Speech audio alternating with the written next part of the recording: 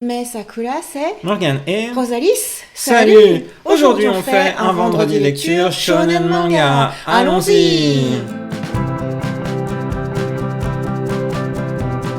On a commencé et on a même terminé des séries qu'on n'avait pas eu l'occasion de suivre auparavant en France.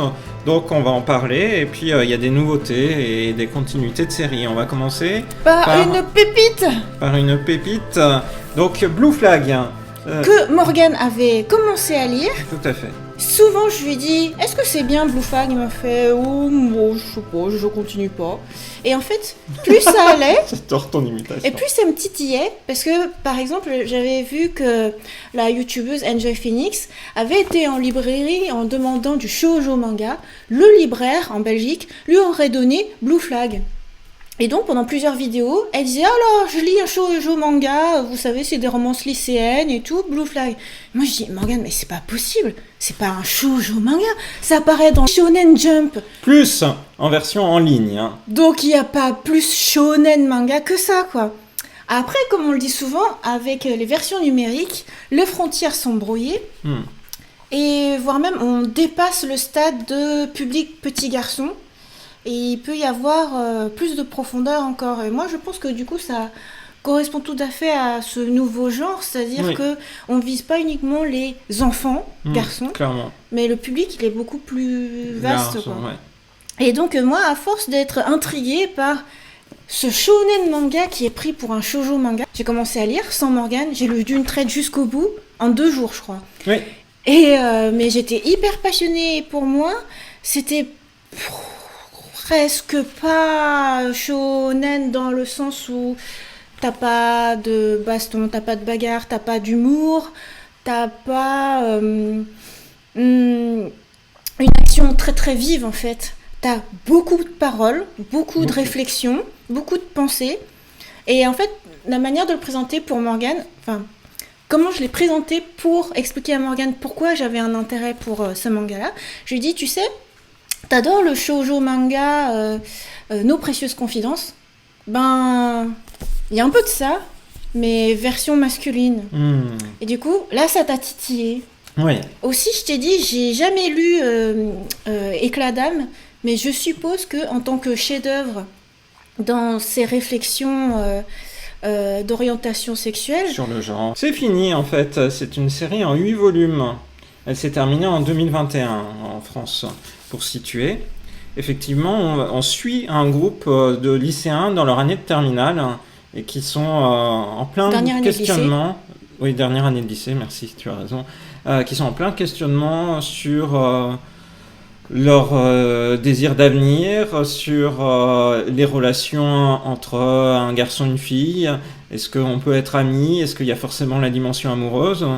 Et puis, il y a aussi des personnes qui ont des sentiments pour apparemment des personnes du même genre. Et cet élément-là est très difficile à assumer. C'est quelque chose qu'ils refoulent intérieurement, en tout cas dont ils ne font pas part publiquement. Donc, c'est tous ces questionnements qu'il peut y avoir à l'âge du lycée qui sont au cœur de ce manga, qui est vraiment une belle réussite. Au début, à vrai dire, la première fois que j'avais lu le tome 1, j'avais trouvé notamment l'héroïne un petit peu en retrait, et là où justement on est habitué quand on lit du shoujo manga à avoir souvent des héroïnes un petit peu fortes de caractère.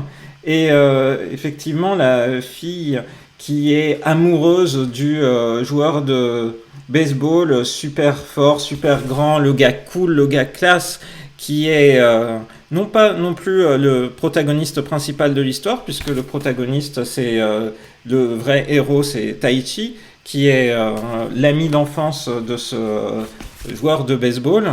Eh bien, dans ce triangle-là, qui est au cœur de la couverture du premier chapitre, il y a des sentiments qui vont qui se sont noués entre ces différents personnages. Ouais, moi j'aurais dit que si c'était aussi un personnage principal, parce que même à un moment on est en focalisation interne sur lui. C'est vrai, c'est disons, vrai. pour moi, les 2 personnages principaux, ce sont les 2 garçons. Oui. Alors que justement au début, l'histoire te fait croire que ça va être une comédie romantique, un triangle amoureux très classique, peut-être de shoujo manga justement. Et puis en fait, finalement, le centre de l'histoire se déplace vers les deux garçons et vers des pensées qu'on n'aurait pas du tout imaginées, dans la mesure où finalement, je trouve que ça prend un peu en contre-pied des ressorts classiques narratifs que tu aurais pu trouver dans des histoires. Et il y a pour moi 2 moments très forts dans ce manga. 2 moments où ça parle énormément, mais c'est très très bien amené parce que c'est des discussions très vives qu'ont des personnages les uns avec les autres. Un premier moment, je trouve que c'est le moment le plus féministe du manga, et le deuxième moment qui est quasiment la fin en fait, qui est le moment où tu peux t'ouvrir l'esprit en tant qu'homme, quoi. Et puis aussi en tant que tout public qui ferait bien d'être d'accepter que ça existe et puis que voilà, quoi. Donc moi je trouve que c'est vraiment bien fait, bien dit. Et quand tu prends Blue Flag, je sais pas comment il le présente d'ailleurs, un instantané sensible et saisissant de la jeunesse d'aujourd'hui. Ben voilà, tu te dis pas que ça va parler d'homosexualité, tu te dis que ça va être un triangle amoureux. Mais finalement, voilà, ça vient parler de sujets très vrais et dans un ton moderne, vraiment très juste. Et en seulement 8 tomes, faut quand même le voir. Hein. C'est pas un shonen de 30 tomes ou 50 et tout.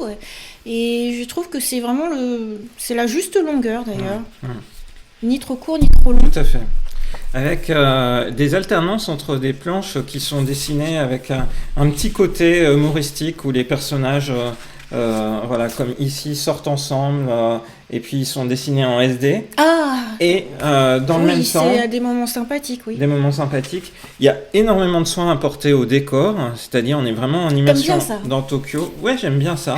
J'aime bien ça. Et puis parallèlement, des moments où le dessin est représenté de manière beaucoup plus réaliste, souvent pour faire transcrire des émotions, des sentiments au moment où on est mis à la place des personnages. Ça, c'est les moments forts aussi, parce qu'au début, quand tu regardes par exemple la couverture du tome 1, tu te dis ça n'a pas l'air très bien dessiné. Ouais. Le héros, comme il est représenté comme un personnage lambda, il n'a pas des traits qui soient très marquants.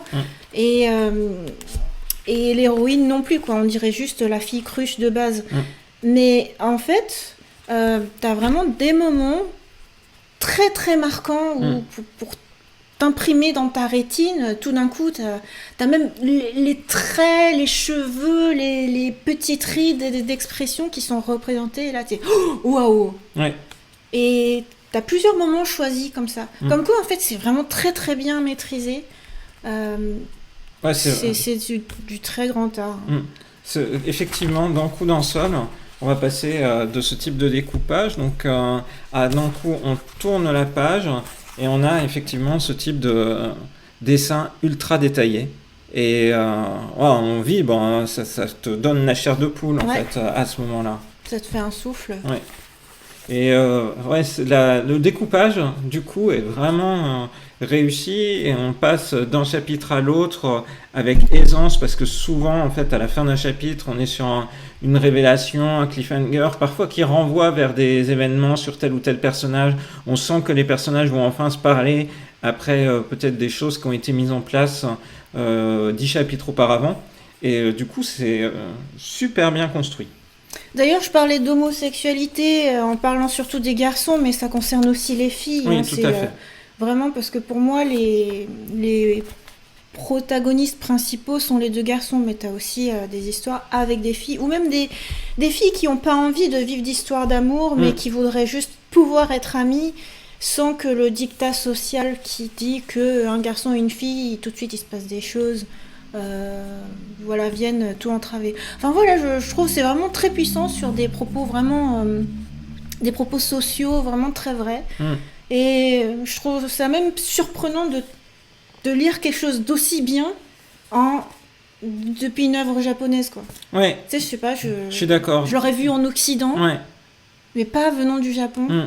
C'est du coup un propos très progressiste qui surprend parce qu'effectivement, dans beaucoup de mangas, on n'a pas cet élément-là, et encore moins finalement dans un manga finalement très populaire fait par Shueisha, l'éditeur qui caracole en tête des ventes de mangas. Donc Alors, chapeau à l'auteur Kaito et puis du coup à l'équipe éditoriale qui est derrière, hein, parce que ça montre que le manga aussi évolue, que la société japonaise elle-même évolue par rapport à ces thèmes-là et sait les traiter avec justesse, puisque comme tu le disais, dans les moments très forts finalement à la fin de ces 8 tomes de manga, 54 chapitres, il reste quand même imprégné dans le lecteur des moments assez importants de discussion entre les protagonistes et d'échanges vraiment, je pense, dans lesquels chacun peut se retrouver dans telle ou telle posture. C'est vraiment, vraiment incroyablement bien fait. Voilà, c'est le très gros coup de cœur, celui qui m'a vraiment plongé dans une histoire totale. Enfin voilà. Moi, je te remercie de m'avoir incité à reprendre cette lecture ou à Je l'issue du comprends même pas premier pourquoi tu tome. l'as lâché en fait. Ouais, je te dis, hein, Parce c'était. que la fin du premier tome te laisse justement entrevoir ce qui va se passer. J'étais encore mitigé à ce moment-là par Ah rapport ouais, à c'est l'ensemble marrant. des lectures et je regrette pas d'avoir repris. Clairement, en fait, pour moi, c'est le deuxième tome et clairement, à la fin du deuxième tome, il y a un gros événement et puis on élargit encore un petit peu la cible parce qu'on va pas s'intéresser que à ce trio, mais on va s'intéresser à toute la classe qui est un peu plus représentée et introduite par la suite. Donc non, je suis très très content grâce à toi d'avoir repris cette lecture. Pour une fois que c'est grâce à moi. C'était donc la première lecture, on passe à la deuxième lecture. Mais c'est aussi une lecture grâce à toi pour la deuxième. C'est toi qui l'as identifié dès le départ. Et donc, on va parler de Mashle. Mashle, qui est donc de la nouvelle vague du Weekly Shonen Jump, vraiment la version papier. Ouais, de 2020 en fait. Ça a démarré en janvier 2020 dans le Weekly Shonen Jump. On était au Japon quand ça a démarré. Et donc, Avec même une page couleur. voilà, là par exemple, pour le chapitre 11 ou 12 en fait, et qui La sortie du accompagnait tome la 2. sortie du tome 2. Voilà. Voilà, donc là, il n'y a pas plus shonen que ça. Cible, jeunes garçons, adolescents, et tout public pour le coup. Et moi, en fait, j'ai tout de suite accroché parce que j'étais à fond en fait dans tout ce qui est Mob Psycho, One Punch Man. Donc, du shonen d'action avec énormément d'humour. Et Mashle, c'est tout à fait ça, quoi. Tu te prends vraiment pas au sérieux. T'as certes des muscles, mais en fait, c'est complètement de l'humour absurde et voilà, jamais en fait vraiment c'est dramatique comme genre je sais pas moi Black Clover. Tu vas tout le temps rigoler et du coup bah c'est cool quoi, c'est vraiment le petit vent d'air frais. Voilà, moi je lis ça avec plaisir pour rigoler. Après, faut pas s'attendre à un truc hyper profond comme Blue Flag. Hein, tu réfléchis pas. Là, c'est vraiment de la lecture plaisir, divertissante. Et ça marche. Ça marche parce que du coup, dans toute cette nouvelle vague qui avait eu lieu en 2020, on s'est dit, il y a plein de titres qui vont pas tenir. Moi, tout de suite, j'ai dit, Mashle, c'est un de mes préférés. Et t'as bien vu parce que la série se tient bien au Japon et se poursuit. Et en France, est l'objet d'un des meilleurs lancements de l'éditeur de manga Kazé, qui a déjà fait paraître les 2 premiers tomes de cette aventure, où on suit un personnage qui vit dans un univers de magie où tout le monde a des pouvoirs magiques sauf lui, mais lui, il s'est... D'où le fait que je compare à Black Clover. Voilà, il s'est énormément entraîné physiquement depuis tout petit. Du coup, il a des pouvoirs sportifs qui font penser qu'en fait c'est de la magie, mais non, tout repose sur sa pratique sportive. Donc, et dans le même temps, au-delà de sa passion pour le sport, il est passionné par les choux à la crème. Voilà, bah, le chou à la crème, c'est vraiment l'élément mignon et comique qui vient en plus. Et ça continue très bien, hein, parce que par la suite, même en lisant toute la pré-pub et tout, ça continue très bien. Parce que j'avais peur quand même aussi que, tu vois, les premiers chapitres, ce soit humoristique, et après qu'on parte vers du neketsu, des purs combats, tu vois, un peu comme Dragon Ball. Dragon Ball bien qui sûr, perdait bien son sûr. côté humoristique pour le combat. Et je me suis dit, ça avait un potentiel pour basculer par là-bas, et non, c'est vraiment toujours dans ce côté zéro prise de tête. Pour moi, Mashle, c'est un peu la combinaison entre, tu vois, le pitch de départ qui ressemble à Black Clover, et J'allais dire Illuma, sauf que quand je pense à Illuma, en fait, je pense à Harry Potter. Parce que du coup, voilà, t'es un peu dans une école de magie. Bon, là, c'est T'essayes clairement... de gravir des échelons, t'essayes d'affronter des complots cachés ou alors des organisations obscures qui viennent de l'extérieur de l'école avec tes compagnons. Et voilà, et tu vis tes expériences comme ça. Voilà, ça continue dans ce délire et c'est vraiment toujours super plaisant. J'aurais pas pensé quand même qu'en France ça fasse un carton parce que c'est vraiment de l'humour quoi. Après, je sais pas si Mob Psycho par exemple ça a eu un succès énormissime comme au Japon. Grâce à l'animé. Ah, ça a bien marché poussé, alors ouais. Oh bon, bah alors la France aime l'humour. Bah, un petit peu, ouais. Bah, j'aurais pas cru. C'est vrai qu'à une époque, c'était pas le cas. Hein.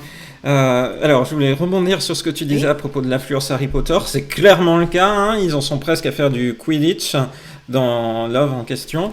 Et donc, on se croirait un peu à Poudlard. C'est clairement dans la manière dont on découvre cette école de magie. Et parallèlement, en fait, le mangaka, lui, est vraiment imprégné par les mangas d'humour. C'est vraiment intéressant, il y a des pages de texte en plus par rapport à la prépublication où l'auteur revient un peu sur sa carrière. Il explique qu'à l'école primaire, c'était un fan inconditionnel de Bobobo et de Gintama. Donc clairement des shonen d'humour. Gintama, il est passé inaperçu en France. Bobo, c'était pareil, hein, c'était chez Casterman, la prépublication.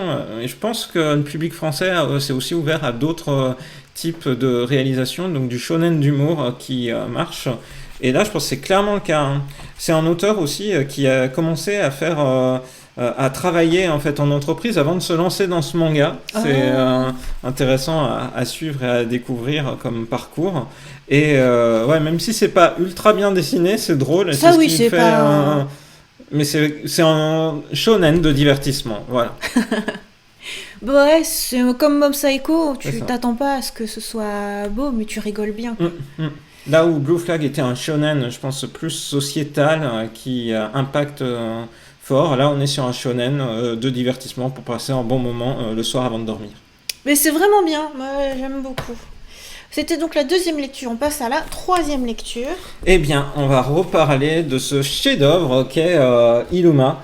Ça fait longtemps qu'on n'en a pas parlé, donc il y a eu pas mal de tomes qui sont parus depuis, et aussi une saison 2, un animé qui est en cours de diffusion au Japon et disponible en France en simulcast chez Crunchyroll. Donc le manga continue chez Nobinobi, et le tome 6 et le tome 7, justement, sont les sources de la saison 2. Tu caches ta bouche. Sont les sources de la saison 2 de l'animé.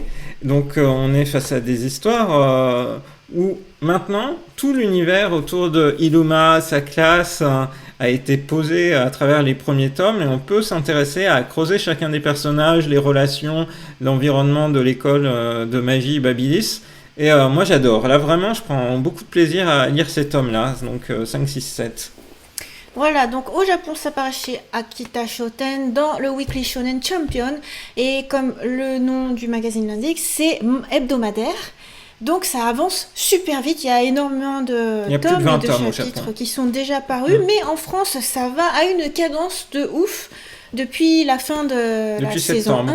Ouais. Voilà. Donc du coup, à la fin de la saison 1 de l'animé, l'adaptation animée du manga, on a eu un petit teasing sur... le changement de personnalité soudain de Illuma, qui normalement est super gentil, mais il se retrouve bizarrement démoniaque. Et donc, ça faisait un cliffhanger vraiment bien amené, parce que tu te dis « Je veux savoir la suite !» Donc, qui dit « Je veux savoir la suite » dit « Je lis tout ». Non, moi j'ai déjà tout lu en japonais, mais du coup, là, l'adaptation animée saison 2 reprend le fil, parce qu'avant qu'on voit le changement de personnalité d'Illuma, il y a toute la partie du changement de personnalité d'Amélie. Et donc, comme tu dis, là, on est en plein dans la deuxième saison animée adaptée.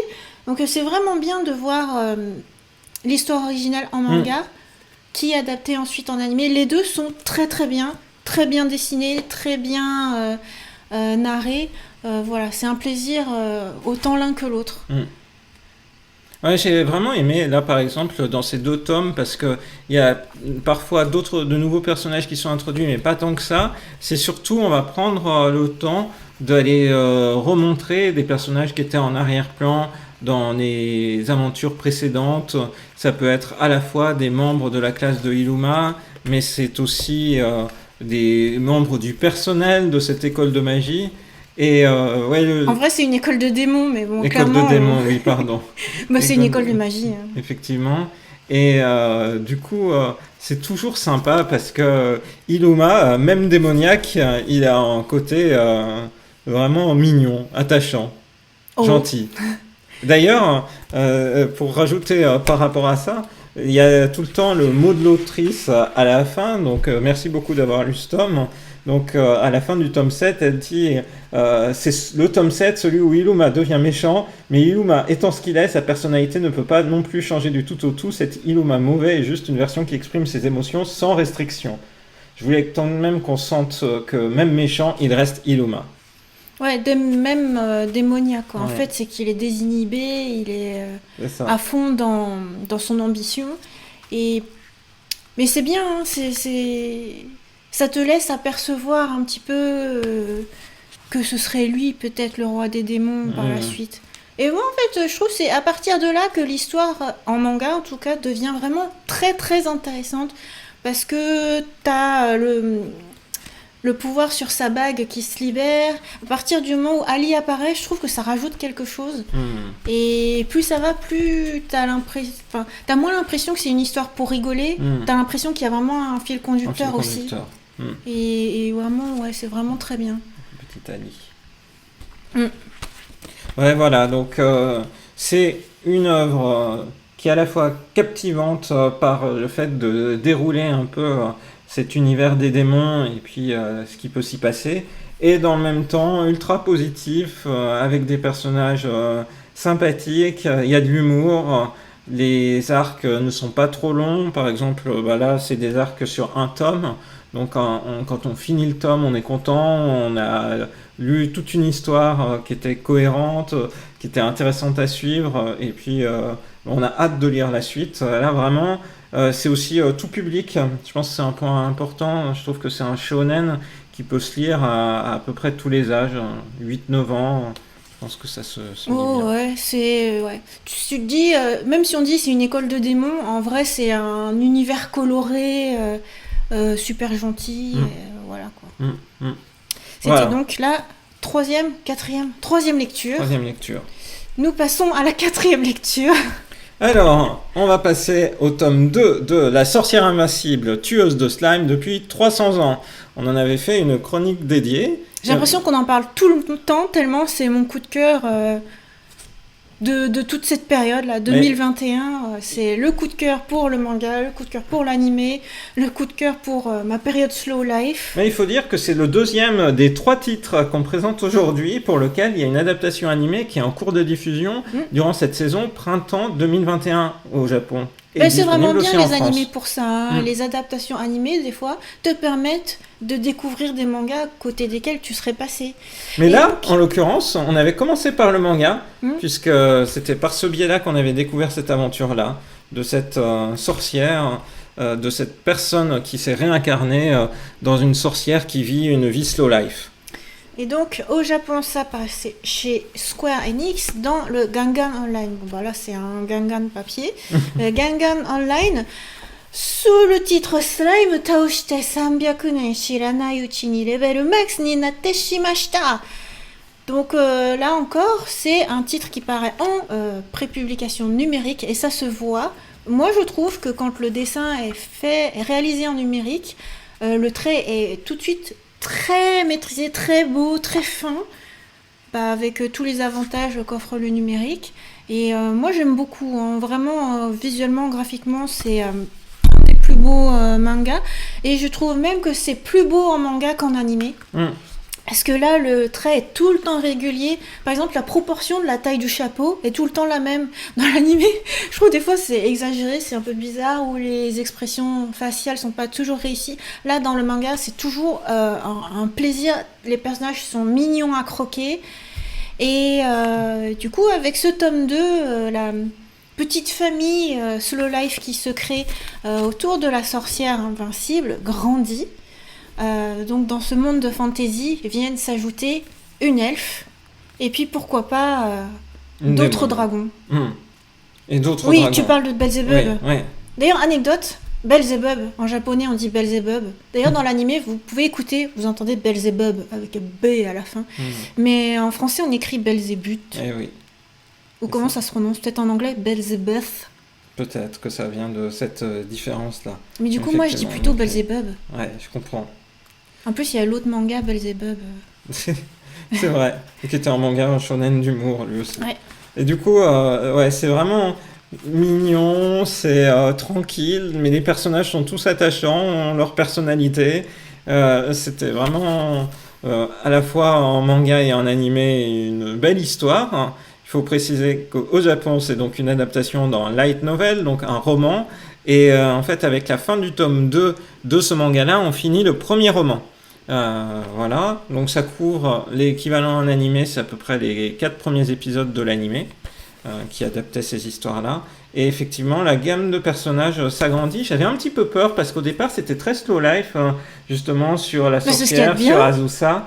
Et j'avais peur qu'en élargissant le nombre de personnages, on perde ce côté-là, ça devienne une sorte toujours de quête. Ouais, parce souvent, sur ce type d'histoire, on a envie de pouvoir continuer à prendre plaisir à simplement vivre le temps qui s'écoule. Moi, j'aime bien les mangas de quotidien, simplement japonais, ou là, de quotidien dans un univers fantastique. Je trouve ça fait du bien de lire des œuvres qui sont tranquilles et qui ne sont pas sous un enjeu narratif trop fort il faut vaincre tel ou tel adversaire et autres. Et là, on reste toujours sur cet élément-là. Donc, il y a des nouveaux personnages. La famille de la sorcière invincible s'agrandit.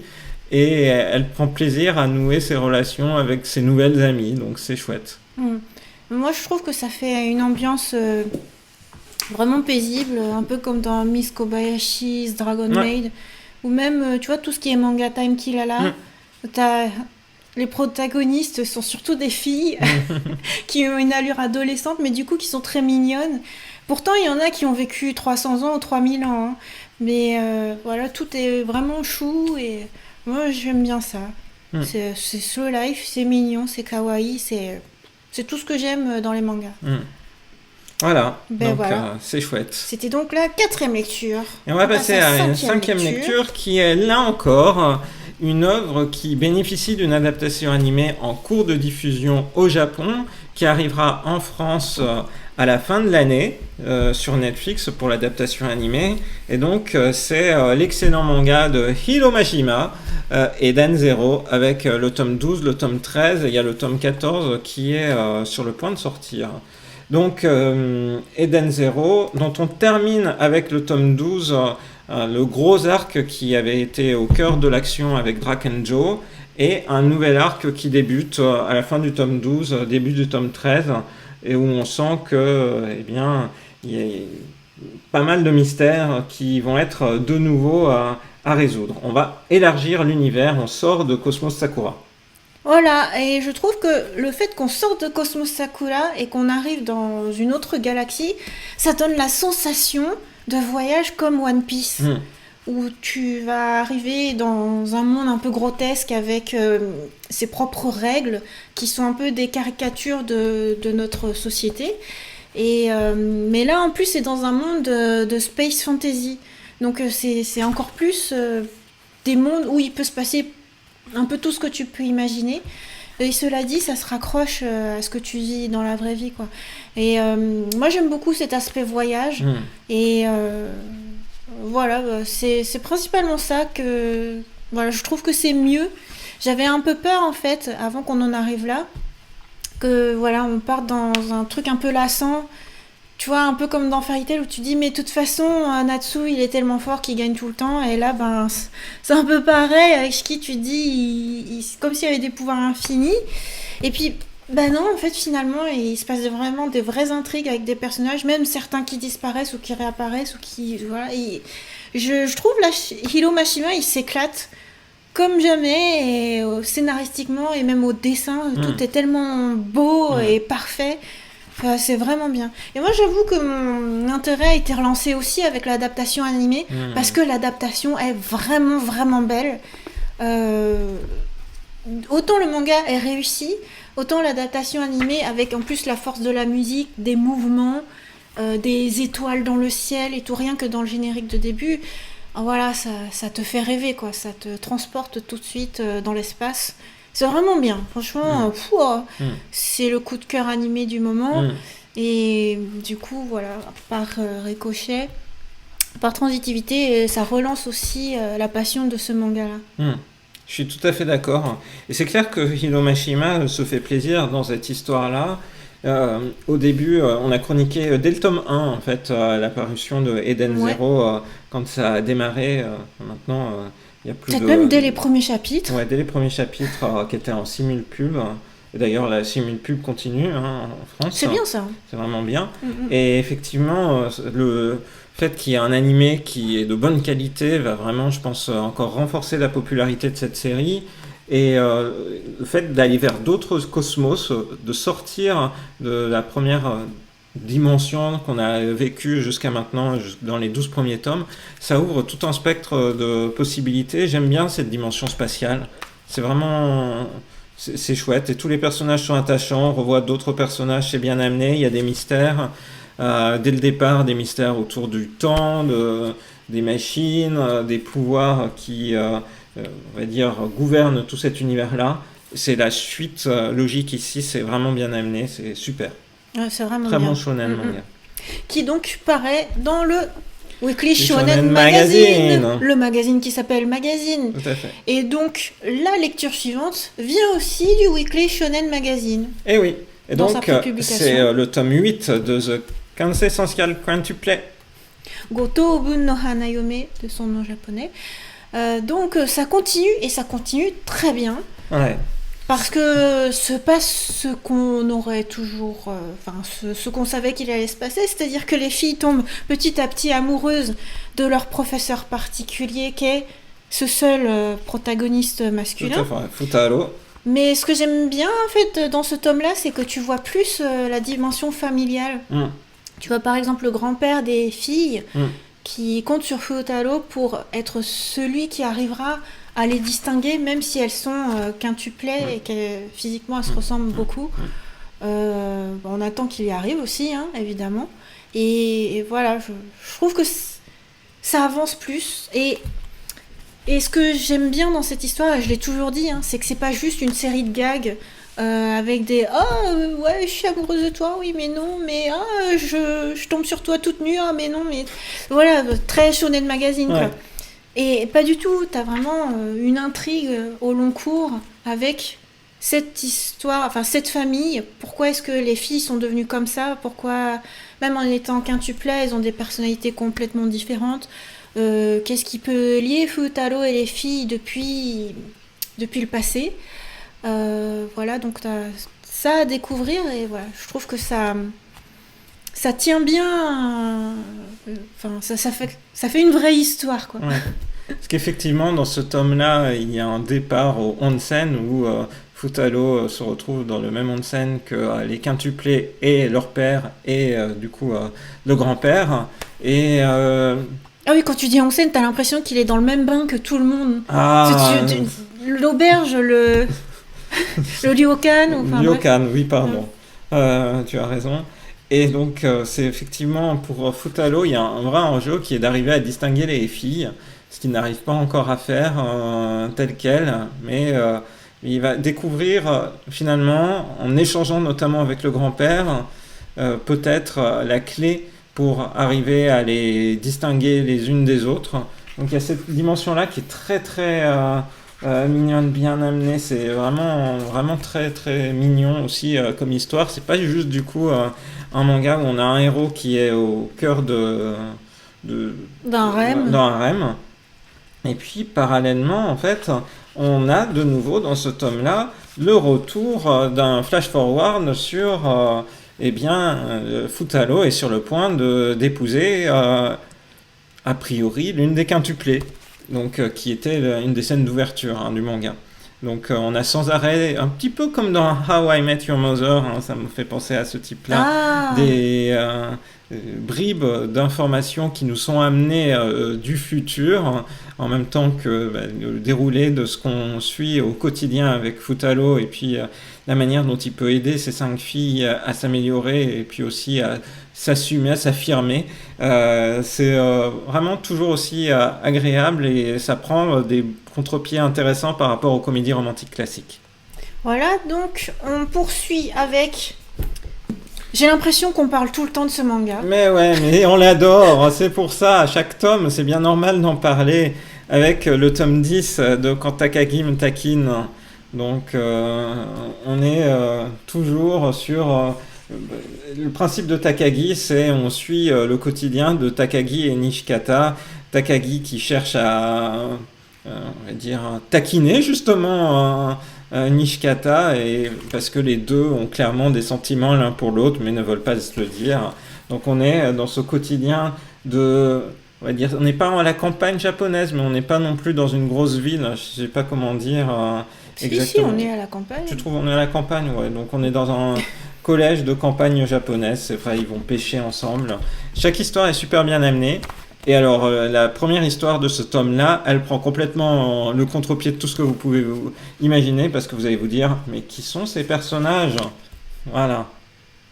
Ben voilà, c'est enfin, je trouve que ça amène quelque chose de plus dans ce tome 10, parce que sinon tu te dis que c'est éternellement des petits gags, ce qui serait pas faux, hein. C'est surtout des petits gags entre des petites blagues, des petites farces, des trucs qui sont, cela dit, vraiment très mignons, très gentils.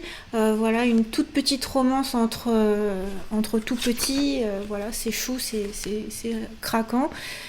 Mais là, avec ce début d'histoire qui, en fait, tu la lis et puis tu dis « Ah, mais attends, c'est quoi? C'est leurs enfants? C'est pas eux, en fait, c'est quelque chose plus tard dans l'avenir. » Voilà, bah ça te mène à... Si jamais tu le savais pas, hein, si jamais tu savais pas qu'il y avait aussi des spin-offs, des suites et tout, ça t'amène à te dire que bah effectivement ils vont réellement finir ensemble, c'est-à-dire ça va pas être juste un cycle infini de blagues, mais que après il y a aussi une autre histoire qui aura aussi peut-être des enfants qui eux aussi vivront des choses, et voilà, c'est sympathique. Voilà, là je trouve que ça amène un peu plus de substance. Oui, je suis d'accord. Et dans le même temps, on commence à avoir aussi un petit peu plus, c'était déjà le cas dans le tome précédent, les camarades de classe de Takagi. Donc ça aussi, ça permettra un petit peu de renouveler les gags. Ça était déjà avec un chapitre qui était super, hein, basé sur les éternuements dans le tome précédent. Et donc c'est aussi par ce biais-là que la série s'enrichit. Après, c'est prépublié dans le Gessan, et pour nous, tout ce qui vient de... Gessan et de Sunday, c'est toujours des titres qui sont très gentils et qui sont du quotidien japonais qu'on adore voir et suivre et se prolonger dans le temps. Et Takagi, c'est toujours un plaisir à lire, hein. Je vais vous dire, c'est tout le temps des gags, mais en fait, t'aimes bien en fait être dans cet univers-là, t'aimes bien être avec ces personnages, et c'est chouette. À l'inverse de un animé qui passe actuellement, qui s'appelle Arrête de me chauffer, Nagatoro. Arrête de me chauffer quelque chose, où je pensais que ça allait être Takagi version lycéen, un tout petit peu plus haut, et du coup peut-être un peu plus... T'as peut-être un peu moins... Enfin, t'aurais peut-être moins des blagues de petit enfant. Et ben en fait, non. L'autre animé, c'est juste de la cruauté pure et dure. Et c'est même pas drôle. C'est dégueulasse. C'est horrible. C'est genre... Takagi perverti. Sur le moment, je me suis dit, comment tu peux faire un Takagi aussi horrible? Et pour le coup, bah, j'ai relu Takagi et ça m'a fait du bien. Ça, c'est une bonne lecture qui fait du bien au cœur. Regarde, même le chien qui peut faire un chien méchant, il est mignon en fait quand on le regarde. Hein, vous êtes d'accord, hein, il est trop mignon. Ah, c'est vraiment bien. Ouais. C'est notre style de lecture. C'est une lecture Morgane, 100%. Voilà. Et d'ailleurs, l'auteur Soichiro Yamamoto, qui est un auteur bien en vue au Japon, en fait, signe une œuvre dans le Weekly Shonen Magazine maintenant, en même temps qu'il fait Takagi dans le Il est incroyablement prolifique, hein. Oui. Oui. Il y a plein de séries en simultané. Il supervise effectivement le dérivé Moto Takagi-san no Kalakai Joe. Ah, j'oublie le titre. Enfin, l'œuvre où on voit plus Takagi et Nishikata quand ils sont adultes. Donc, il fait beaucoup de choses. Voilà.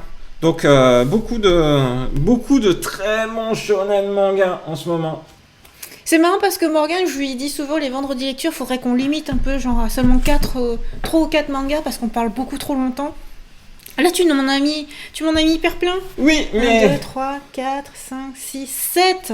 ça faisait longtemps qu'on n'avait pas fait un vendredi lecture shonen manga ensemble. C'est la raison pour laquelle il y avait pas mal de titres. Ah, c'est parce que tu te sentais seul sur de faire lesquels, les vendredis lecture tout seul. Des fois, ouais, pour le shonen manga, regarde, on avait plusieurs tomes de Hiloma dont il était important de parler. Il y avait pas mal d'excellents titres. Après, moi je dis les vendredis lecture, on peut aussi parler de ce qu'on lit, mais après, c'est vrai que sinon, parler de chaque tome de Takagi, de chaque tome dès leur sortie, c'est un peu redondant. Ouais, mais ça peut être intéressant aussi, ça montre l'intérêt. Voilà, c'est pas mal, hein, même si tu vois, t'en as 3 à la suite pour, et tout. Hiloma, ça allait bien. Ouais, c'est bien, c'est aussi pour dire que on Les séries essaye se de vous poursuivent parler bien. de manière variée, mais Voilà. en vrai, on continue tout le temps, en fait.